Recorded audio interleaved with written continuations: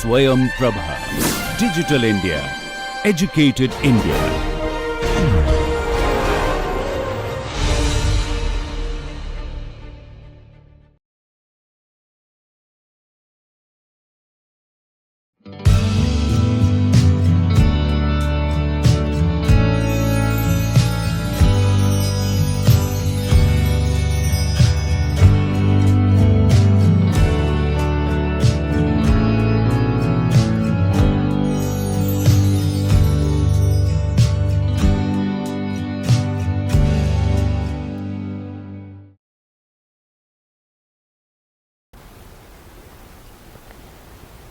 Hello and welcome to lecture 10 of the NPTEL MOOCs course on economic growth and development.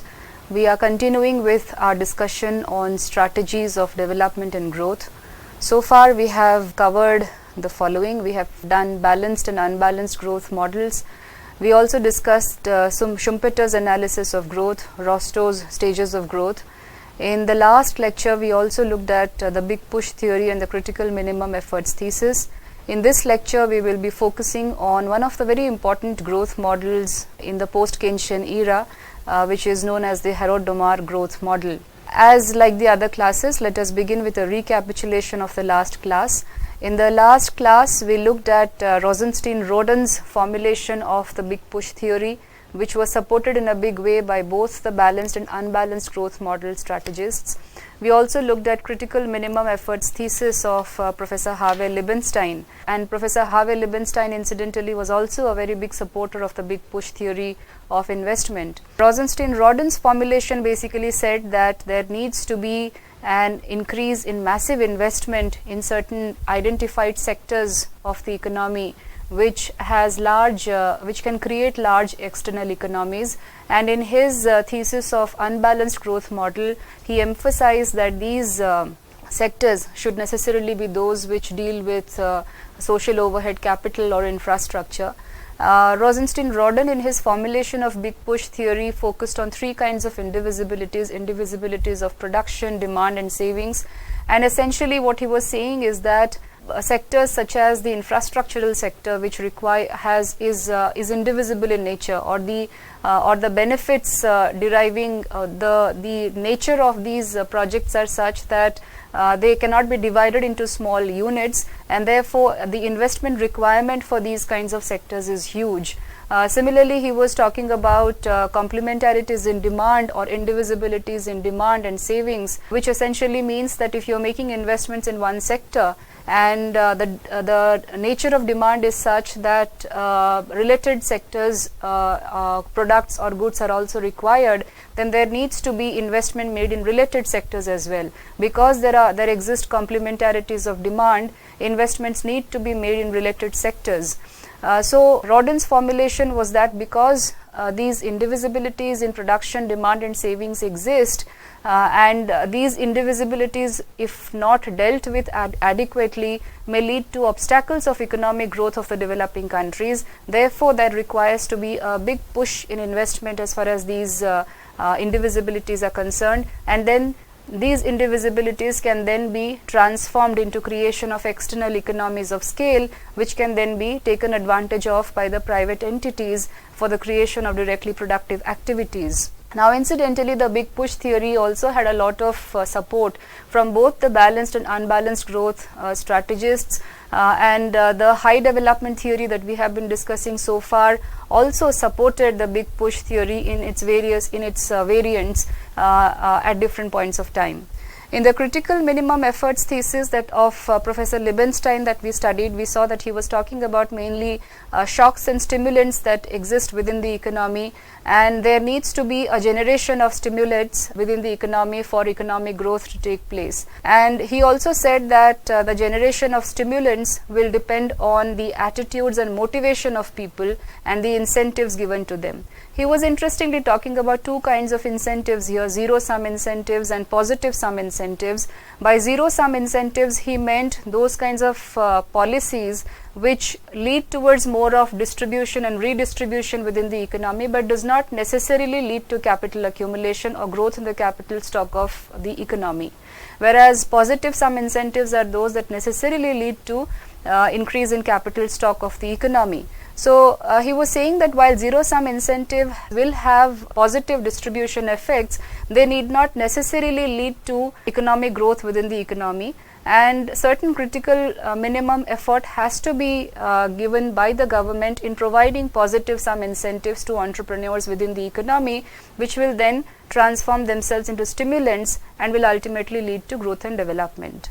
In this context, I also mentioned in passing Richard Nelson's low-level equilibrium trap, and while I did not go into the details of Nelson's model of the low-level equilibrium trap, but the basic idea of his formulation is important for us to give a context to the high development theory surrounding balanced growth and unbalanced growth, or big push and critical minimum efforts. So what he was saying is that the underdeveloped countries have certain characteristic social and technological conditions that are very conducive to trapping the economy in a condition of low level equilibrium trap, and these are necessarily low per capita incomes, low propensity to direct additional per capita income to increasing per capita investment, scarcity of an uncultivable arable land, and inefficient methods of production. However, in his formulation, he was also very importantly pointing out that in spite of the existence of these technological conditions, low level technology conditions, these conditions of underdevelopment, it is the attitude of the government and it is the social environment created by the government which can take the country out of this low level equilibrium trap. He was necessarily referring to this term called cultural inertia, that how cultural inertia leads to economic inertia, and if cultural inertia can be suitably dealt with by the government, then economic development will also take place.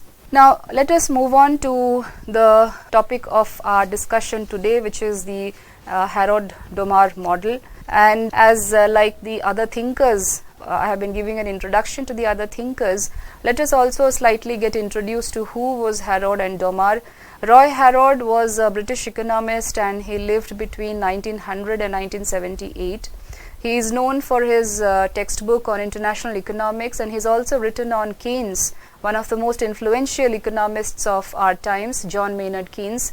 His book, The Life of John Maynard Keynes, came out in 1951, and we can safely put Roy Harrod under the school of thought known as the post-Keynesians. F.Z. Domar is known as a Russian economist, and he lived between 1914 and 1997. And he is also known as a Keynesian economist, and his contributions to development economics are largely in the areas of economic history, comparative economics, and study of growth of the economies.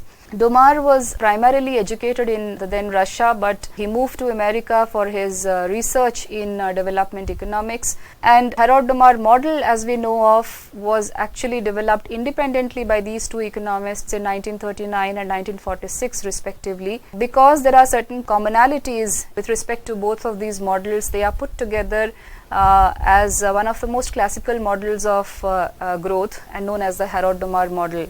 A little about, because I am referring to Keynesians and post-Keynesians here, for those interested in research and knowing more about the post-Keynesians may want to read John Edward King's The Elgar Companion to Post-Keynesian Economics. Let me tell you a little about Keynesian economics here as well. Although the design of this course does not allow us to go into the details of Keynesian economics, however, these models, Harrod-Domar model, the growth models, some of these growth models take Keynesian economics as a starting point. And we can understand Keynesian economics as an economic theory of total spending in the economy and its effects on output and inflation. Keynesian economics was developed by the British economist John Maynard Keynes during the 1930s in an attempt to understand the Great Depression, and he advocated increasing government expenditures and lowering taxes to stimulate demand and pull the economy out of depression. And subsequently, Keynesian economics has also been used to refer to the concept of optimal economic performance, how it can be achieved, and preventing economic slumps and depressions and recessions within the economy by influencing aggregate demand through active stabilization policies. So Keynesian economics is calling for active intervention of the government for maintaining the level of aggregate effective demand within the economy. A short introduction will suffice for us to understand the Harrod and Domar, the basic idea of the Harrod and Domar model. Harrod and Domar model is considered to be one of the greatest contributions to dynamic models, which looks at the changing conditions of an economy. And both of these models are very similar to each other, although they are referring to different conditions under which it operates. Both of these models stress on the conditions which are very essential for achieving and maintaining a steady growth rate. And this concept of steady growth rate is very important in the Harrod and Domar model. This is basically talking about a situation when all the variables such as output, population, capital stock ratio, savings rate, investment and technical progress, either they are growing at a constant exponential rate or are constant. And the basic idea behind the Harrod-Domar model is the achievement of this steady state growth and the conditions under which the steady state growth rate can be maintained. And this is the overall context within which they are discussing the growth of the economies. As I have already stated, both of these models stress on the conditions which are very essential for achieving and maintaining steady growth rate. Capital accumulation and investment play a very crucial role in the process of growth. And in their model, investment plays very crucial role. It actually plays a double role. It generates income through investment, and in other words, investment generates income through the multiplier effect, and investment also gives rise to or increases the productive capacity of the economy by enlarging the capital stock, and this is referred to as the productivity effect.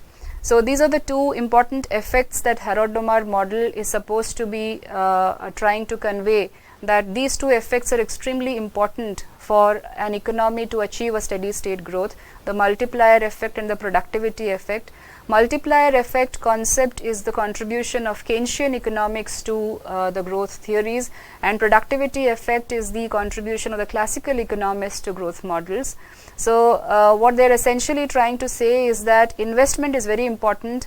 Investment creates multiplier effect, as a result of which it gives rise to increases in income, and investment also through the productivity effect gives rise to increase of production. And so you can say that the multiplier effect is a Keynesian tool and productivity effect is a classical tool, and the Harrod-Domar analysis takes into consideration both of these tools.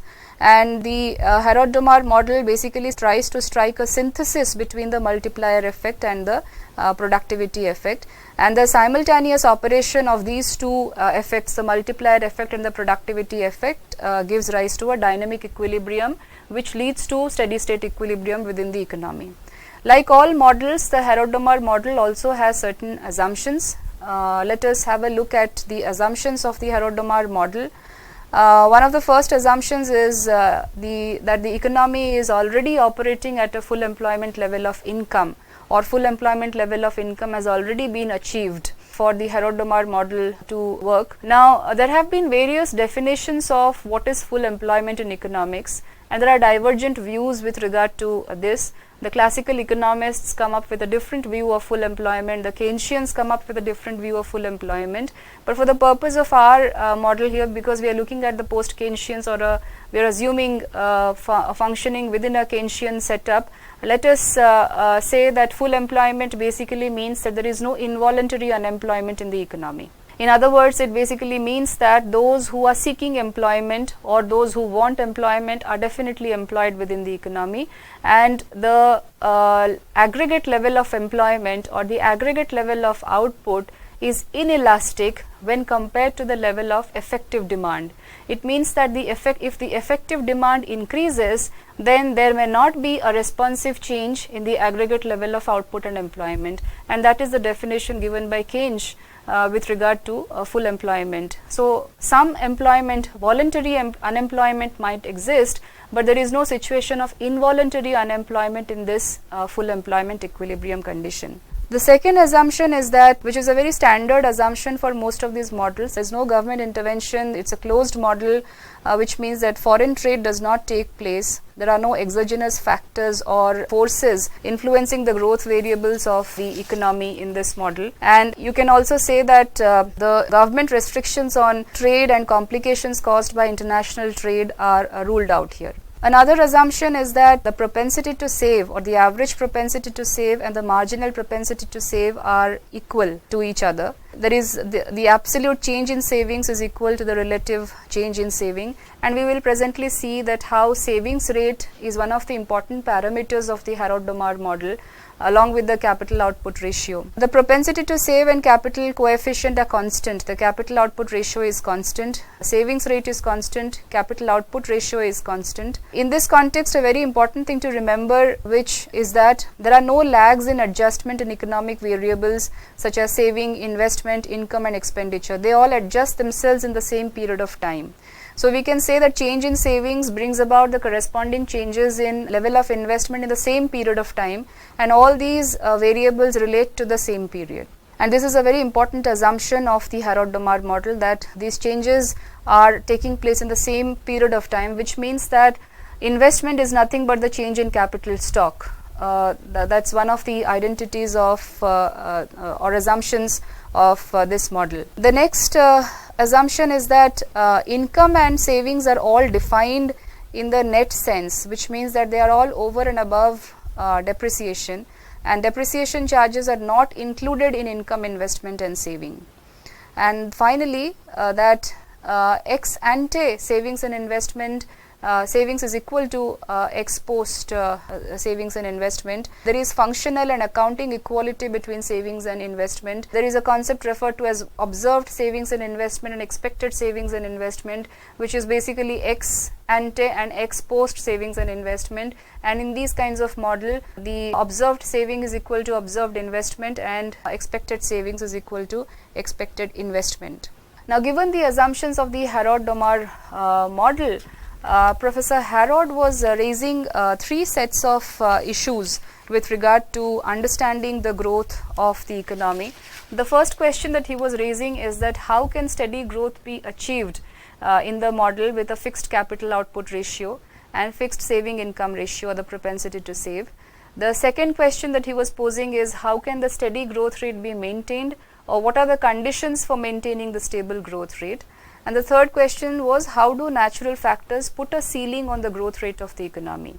And in order to be able to discuss these issues, Harrod explained three concepts of growth rates, which is highly used in the literature of development economics. They are actual growth rate, warranted growth rate and natural growth rate.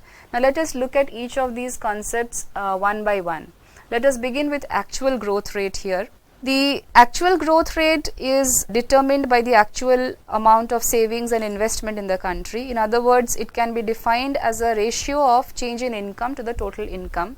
So here actual growth rate is given by the change in income to the change in ratio of change in income to income.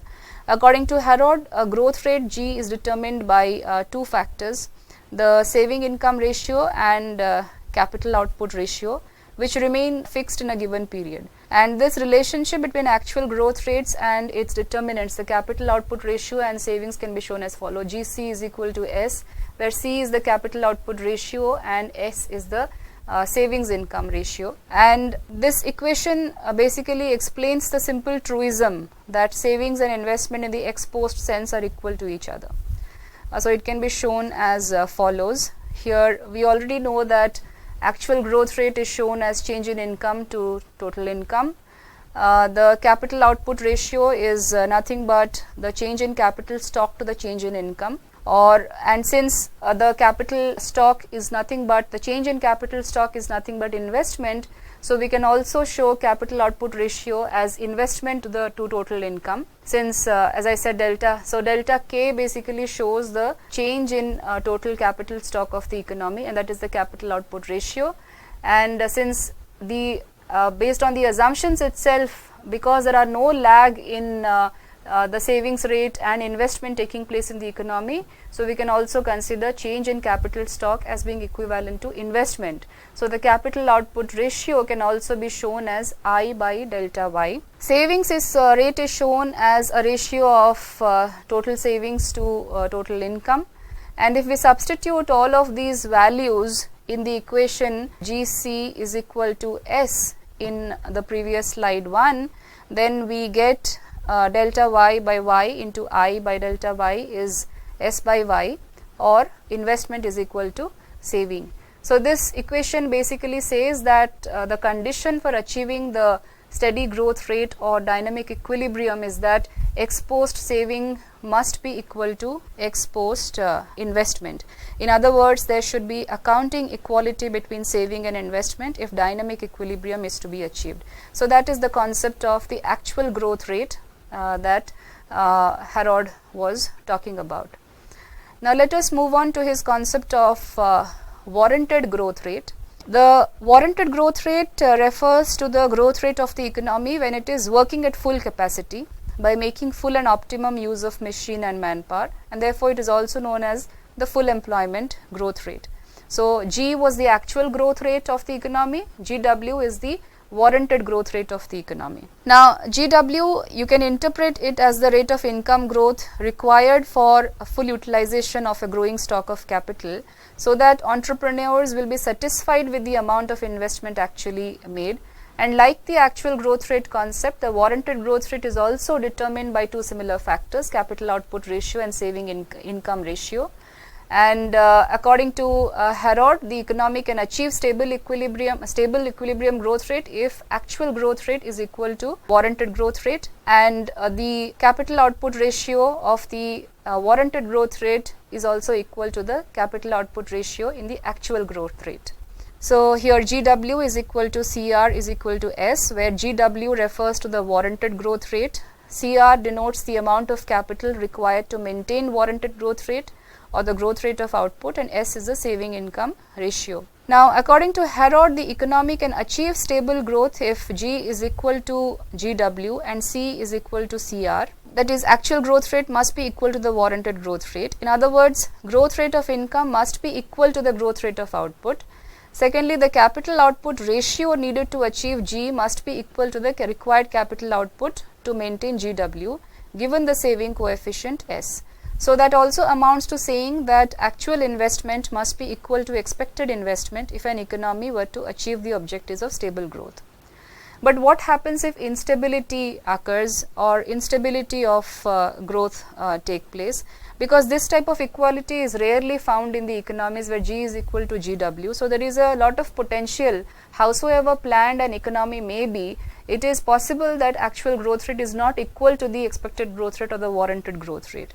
So what happens when these conditions are not satisfied? So there are two situations that might arise. First situation is that when actual growth rate is greater than the warranted growth rate, then it will also mean that the capital output ratio actually required for growth of the economy is less than the warranted capital output ratio.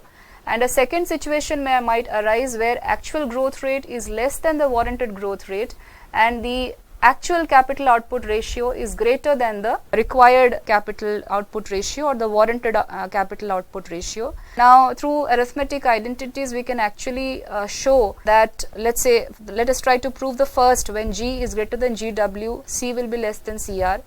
We know that GC is equal to S and GWCR is equal to S. So G is savings rate divided by the capital output ratio, and the actual growth rate is equal to savings rate divided by the capital output ratio, and the warranted growth rate is equal to savings rate divided by the warranted capital output ratio. So if G is greater than GW or actual growth rate is greater than warranted growth rate, then S by C will be greater than S by CR, or 1 by C will be greater than 1 by CR. And if we cross multiply, CR will be greater than C or C will be less than CR. Similarly, we can prove that warranted growth rate, if warranted growth rate is less than the actual growth rate, then the actual capital output ratio will be greater than the warranted capital output ratio. So there are essentially two situations when instability of growth can take place, considering the two concepts of actual growth rate and warranted growth rate according to Harrod's model. The first situation is when actual growth rate is greater than warranted growth rate, and consequently the actual capital output ratio is less than the warranted capital output ratio. What happens? And the second situation is when actual growth rate is less than the warranted growth rate and the actual capital output ratio is greater than the warranted capital output ratio. What happens? So in the first situation, when C is less than CR, the actual amount of capital falls short of the required amount of capital. And this leads to deficiency of capital, which in turn, according to Harrod, would adversely affect the volume of goods to be produced, and fall in the level of output will result in scarcity of goods, and hence inflation and the growth of economy under the inflation can never be stable. So this situation G greater than GW or C less than CR will lead to a situation of inflation in the economy, and this is so because there is deficiency of capital, and it will adversely affect volume of goods, and when there is a fall in the level of output, there is scarcity of goods, and which means that too much money is chasing too less goods, and that will create a situation of inflation. And the opposite will happen when the actual growth rate is less than the warranted growth rate. It will lead to a phase of deflation, and if the stage of deflation continues for a really long period of time, it may cause serious depressionary trends within the economy. Now, how does this happen? Under this situation, the actual amount of capital is more than the required amount of capital for investment, and when the capital amount available is more, it would dampen the marginal efficiency of capital and lead to chronic depression and unemployment. So the growth of the economy under the situation of chronic depression can never be stable. So on the basis of this, we can conclude that stable growth or steady state growth can occur only when G is equal to GW, and any deviation of G from GW will result in cumulative departure from the path of steady growth, and the economy will be in a state of instability when G and GW are not equal. So this condition of G being equal to GW or actual growth rate being equal to the warranted growth rate is what Harrod is referring to as steady state equilibrium or knife edge equilibrium, and any deviations of G from GW are unstable. There is a third concept of growth rate which Harrod talks about, and it is called the natural growth rate.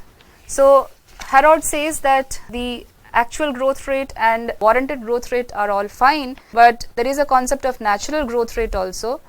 If it is assumed that propensity to save or capital output ratio does not change, then what will stop income from shooting up or down without limit? So Harrod points out that generally there is an upper limit to the expansion of output, and that is determined by natural conditions such as the availability of labor force, capital equipment, state of technical knowledge, and this upper limit is referred to as the full employment ceiling, and this upper limit may change as the factors of production grow or technological progress takes place, and Harrod calls this as the upper full employment ceiling, as the natural growth rates. In other words, it is the maximum growth rate which an economy can achieve with its available natural resources. So that is the definition of natural growth rate, that it is the maximum that an economy can achieve with its available natural resources, and it is denoted by the notation GN here. So Harrod's model is based upon these three concepts of growth rate, G, GW and GN, the actual growth rate, warranted growth rate, and the natural growth rate. The equality between G and GW or actual growth rate and warranted growth rate is what is considered to be the stable equilibrium point. It is also referred to as the knife edge equilibrium. The development conditions within an economy should achieve at maintaining the steady state growth rate of the economy. However, he also says that there is a tendency for the economy to move to natural growth rate, but there is an upper ceiling that is referred to in the context of natural growth rate, and that is called the full employment ceiling. And it is the natural growth rate can be defined as the maximum growth rate which an economy can achieve with its available natural resources. And then Harrod also goes on to bring to his formulation a very interesting interaction between G, GW and GN. And he says that the interactions between actual growth rate, warranted growth rate and natural growth rate will determine business cycles in the economy. And he says that because this model is operating within a capitalistic order, He is saying that the very inherent nature of capitalist economies are such that business cycles are unavoidable, and the interactions between these concepts of growth are also unavoidable. So capitalist economies will necessarily go into upswings and downswings, and he uses the interaction between these three concepts of growth to be able to explain that. Let us have a look at this in the next slide. So I have drawn here two figures. The first figure plots economic growth rate against time. The x-axis shows time and the y-axis shows the economic growth rate. Harrod points out that in the years after recession, the actual growth rate may be higher than the warranted growth rate for a considerable period of time, but it will not rise indefinitely. So in other words, the excess of expansion cannot go on indefinitely, as it is limited by the availability of natural factors. So Gn here provides the ceiling of full employment, and Gw here is the warranted growth rate, the required growth rate. G is the actual growth rate. So he says that after a period of recession, there is tendency for the actual growth rate to rise above the warranted growth rate, but it cannot rise indefinitely. It will see a limit in the form of natural growth rate, because there is a certain endowment of natural resources within the economy, and that will provide a ceiling to the growth rates. When G touches Gn, Gw cannot lag behind, but it will tend to catch up with it.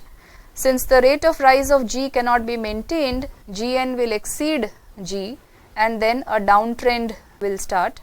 And this downtrend will result in overproduction, which in turn will lead to a cumulative downswing. So in figure 2 here, you would see that the warranted growth rate catches up with the actual growth rate. However, because the rise of G cannot be maintained, Gn will exceed G, and then a downtrend starts. This downtrend will result in overproduction, and the economy will face a problem of secular stagnation and chronic unemployment. And this downtrend also cannot continue indefinitely, and the reason is that the lower limit of depression is set by the minimum consumption level. In other words, this downtrend in production cannot take place because autonomous investments will be taking place by the government. So consumption expenditure cannot go to zero in the overall macroeconomic sense, and in this way, because autonomous investments take place, investors' expectation for the bright future will be generated by actual resources position, and therefore there will be recovery within this system. So given Harrod's interactions of these three concepts of actual growth rate, warranted growth rate, and natural growth rate, what he is essentially saying is that the process of growth of a capitalist economy is never steady because of its inherent characteristics, and there cannot be a steady growth of income and output in such an economy. There will always be ups and downs, and therefore cyclical fluctuations are implicit in the phenomena of growth in such an economy. And business cycles are not free to vary without a limit in such a system.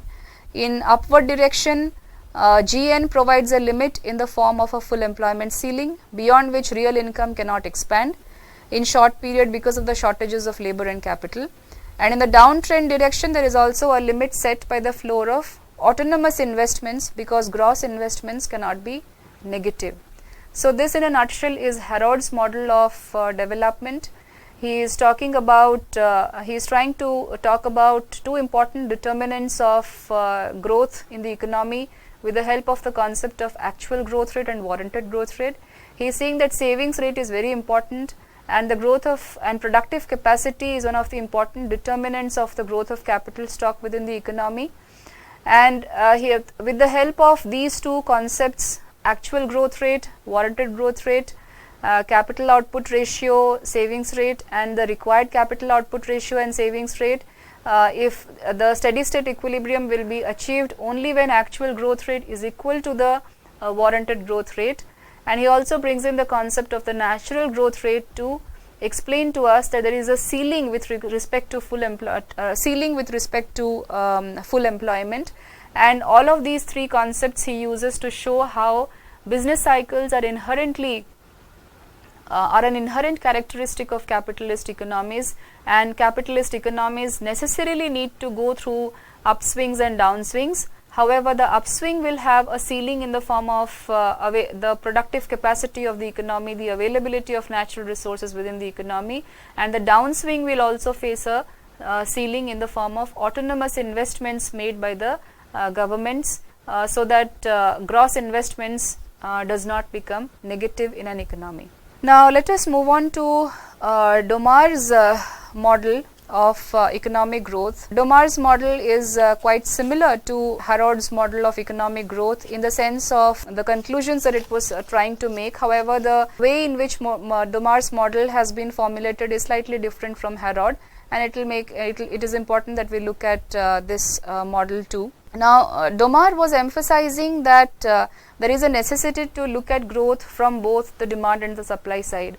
And he was saying that the pre-Keynesians were focusing more on the supply side, whereas the Keynesians focused more on the demand side of the problem. However, to be able to come with a dynamic equilibrium model of growth, it is important that we juxtapose the demand side and the supply side. Therefore, his focus was on both the demand side and the supply side. So, he was explaining what goes on the demand side, what goes on in the supply side for the economy to be and what are the conditions that are essential for the economy to be able to achieve a steady state growth. Let us have a look at some of the notations which will help us understand Domar's model of growth. On the demand side, there is Y alpha, which tells us what is the level of net national income or level of effective demand at full employment.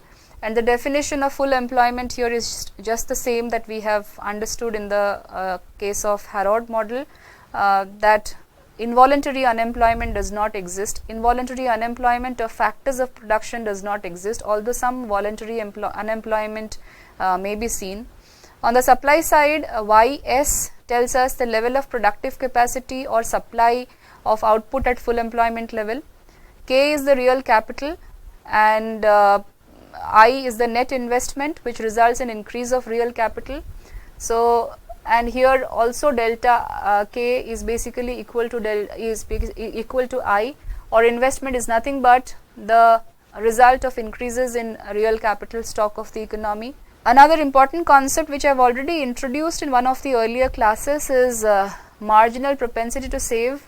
In Harrod's model, APS and MPS were just the same. In Domar, also the marginal propensity to save is one of the important determinants of this model, and in fact most of one of the standard assumptions of Keynesian models is that it is the marginal propensity to save which will determine how much effective demand is taking place in the economy, and it is desirable that marginal propensity to save increases. So, which means that the propensity to consume and therefore the marginal propensity to save should decline for effective demand to take place, which means that the individuals within the economy should spend on consumption expenditure. Sigma, which shows us productivity of capital or net investment. Now, let us try to look into details of the Domar model. On the demand side, the equation is that the level of effective demand, or Y alpha, is basically the ratio of investment to marginal propensity to save. In other words, what this means is that the level of effective demand is directly related to level of investment, and it is inversely related to marginal propensity to save. So, higher the marginal propensity to save, that means people are not spending enough on consumption expenditure, then the lower will be the effective demand within the economy. And it is desirable that the level of effective demand is expanding within the economy, and for effective demand to increase, marginal propensity to save should be low. So, here there is an inverse relationship between effective demand and marginal propensity to save, and a direct relationship between effective demand and the level of investment taking place in the economy. On the supply side, the equation tells us that the supply of output at full employment, or YS, is dependent upon the factors of two factors: productive capacity of capital sigma and the capital stock K, the amount of capital. So, this explains the supply side of the equation. On the demand side, effective demand is directly related to the level of investment, which means that investments are very important for growth in the economy, and a low marginal propensity to save is also important in maintaining the effective demand. On the supply side, Ys is equal to sigma k. In other words, it is dependent upon the productivity of capital and the amount of capital required for growth of the economy. So which means that the amount of capital stock should be productive enough to be able to provide supply of output within the economy. So this is the supply side, and for equilibrium to take place, the demand and supply side should be equal. So Y alpha equal to Ys, and a little rearrangement will show you that investment is alpha sigma k.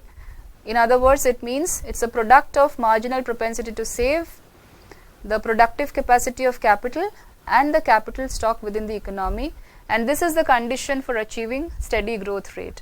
So like Harold, Domar was also emphasizing on the importance of productive capacity of capital and maintaining investment within the economy to be able to achieve steady growth rate in the economy. So this is the condition which is required. Now this condition can be explained further by making some changes to the demand and the supply side, and we can make changes to the demand and supply side by adding some increments to demand and to the supply equations. So we bring about some change in demand and supply conditions. So for this we will need to add increments to demand as well as supply equations.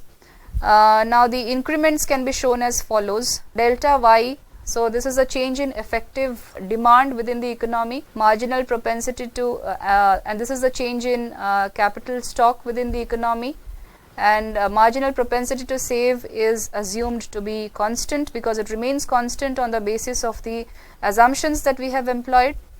And now given this, we can and similarly we bring about some increments in the supply side, where change in supply of output is equal to the productive capacity of capital to the change in capital stock, and change in supply of output can take place because of change in real capital, as productivity of capital remains constant. So this notation is sigma, it remains constant.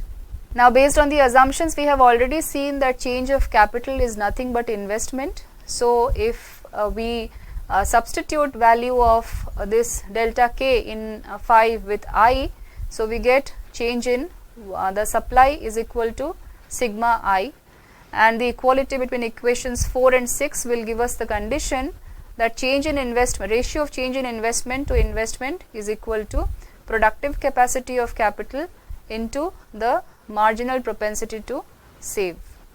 So this shows that the rate of growth of net investment should be equal to the product of marginal propensity to save and the productivity of capital. So this is the steady state equilibrium condition that Domar is pointing out, and in other words, the answer to the problem of what rate of growth is necessary to maintain a continuous state of full employment is that investment and real income must grow at a constant annual percentage rate equal to the product of the productivity of average productivity of investment or productive capacity of capital and the marginal propensity to save. So there is some kind of a arithmetic or mathematical relationship between how much investments will increase in an economy, how much growth will increase in an economy, and that will be shown as a product of propensity to save and productivity within the economy. Now Domar also says that Domar also talks about instability in an economy, or what happens when disequilibrium take place, what happens in the path of disequilibrium, and he also talks about inflationary and depressionary conditions within the economy. So he is talking also about two situations. The first situation when the change in investment to investment, or the change in income, the ratio of change in income to total income is greater than the product of propensity to save and the productive capacity of the economy. Under this first situation, we will see inflation taking place. Inflation will appear in the economy because a higher rate of income will provide greater purchasing power to people, and this will result in expansion of demand, leading to emergence of inflation, as the productive capacity will not cope with the increased level of income or investment. So therefore this first situation will necessarily create inflation in the economy, and the second situation where the ratio of investment, a change in ratio of change in investment to income or change in income to total income is less than the product of productive capacity of capital and propensity to save, will result in overproduction. So lesser growth rate of income will put a constraint on the purchasing power of people and therefore reduce the level of demand and result in overproduction of goods. So under these situations, the maintenance of stable and steady growth is impossible, and economy will be under a constant strain of either inflation or overproduction and unemployment. So the most desirable state in the situation based on Domar's model is that the change in investment to income should be equal to the product of productive capacity of capital and the propensity to save. Now let us sum up our discussion by pointing out what are the main points that Harrod and Domar model are talking about. Although there are certain limitations of this model, we will look at these limitations in the next class, in the next lecture. Let me summarize the Harrod-Domar model for you. Investment plays a very crucial role in maintaining steady and stable growth rate because it generates income and productive capacity of the economy. And as you might have understood by now that in productive capacity and savings rate plays a very important role in the Harrod-Domar model. Secondly, increased capacity can result in greater output or greater unemployment depending upon the behavior of income. The conditions can be stated for the behavior of income that will allow full employment to be maintained over time, and these conditions specify the growth rates which can ensure full employment of labor and utilization of capital stock. A very important implication of looking at the Harrod-Domar model is to understand business cycles. Business cycles are viewed as deviation from the path of steady growth, and these deviations become self-aggravating and self-accumulating, but are limited in the upward trend by full employment ceiling and in the downward direction by the floor of autonomous investment and consumption. Now, even at the level of aggregative simplicity of the Harrod-Domar model, there remains much to be understood. The basic Harrod-Domar model tells us that if savings rates, capital output ratio, growth rates and depreciation rates are such and such, then what will be the resulting growth rate? Then or in other words, if the savings rate, capital output ratio, depreciation, population growth rates if included in the model are such and such, then what will be the computed growth rate based upon the Harrod-Domar model? And of course, we are entitled to make any such conclusions by using the if-then assumption that okay, if these variables are growing by this much, what will be the growth rate? However, this model has one of the important limitation within the context of the nature of the various countries. For example, in the context of developing countries, understanding the nature of savings is very important. Now, by now we know that the parameter of savings rate is very important in this model.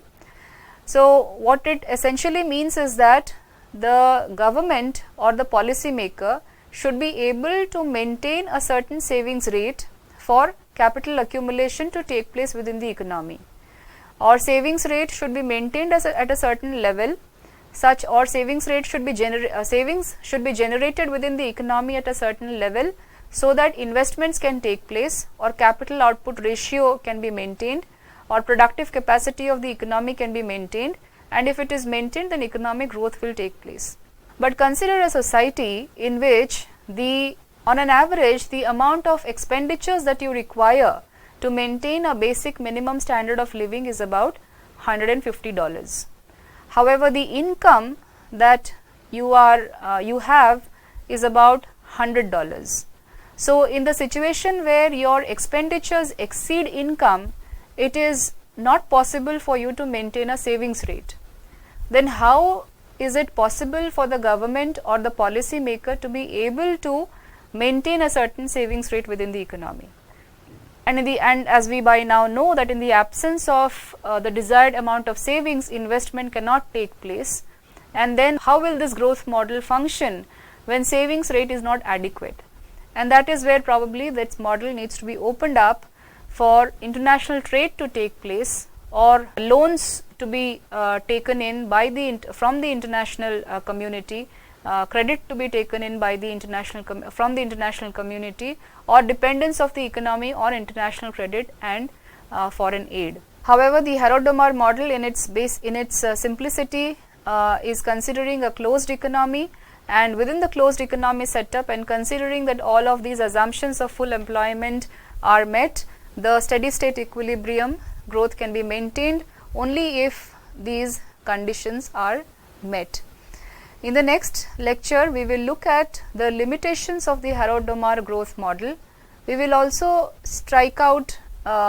we will also draw some of the most important similarities between these models and what are the points of departure from these models, and based upon the limitations of the Harrod-Domar growth model, we will then look at the solo growth model, which has taken off from the Harrod-Domar growth model and is also one of the celebrated growth models in the literature of development and growth. So, see you in the next lecture. Thank you.